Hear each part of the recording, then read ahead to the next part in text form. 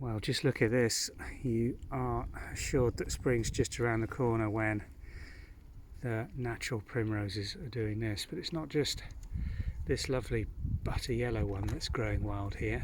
Just along the way, just let me show you this one.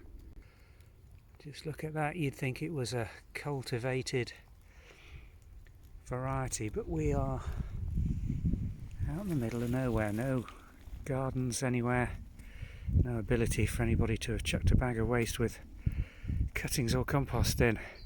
This is a natural variation that just occurs within the primrose species, and it's growing really beautifully here, forming a really nice clump. Whether it's going to continue to or not, I don't know, because some brambles just rooted down just to the side of it, and that'll probably overshadow it. Shame really, because it's absolutely beautiful. I think the snowdrops have been better this year than any previous year.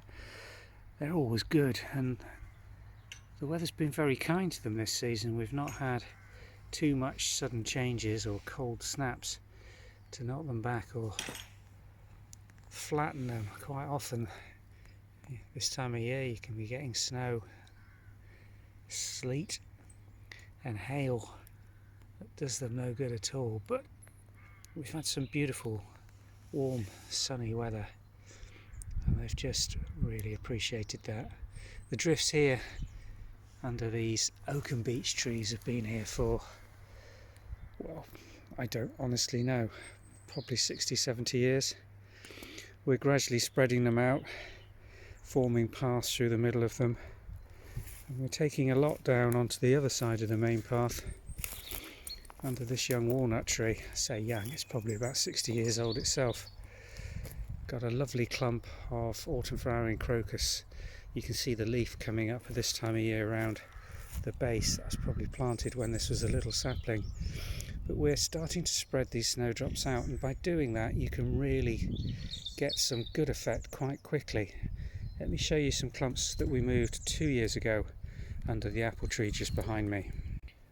Now this is an old, probably 40 or 50 year old apple tree just tucked behind the retaining wall of the vegetable garden, and there were no snowdrops in this area at all 2 years ago. So what we've done is dig clumps up out of the established patches we've just shown you and gradually move them through, and you can still see where those have been planted discreetly.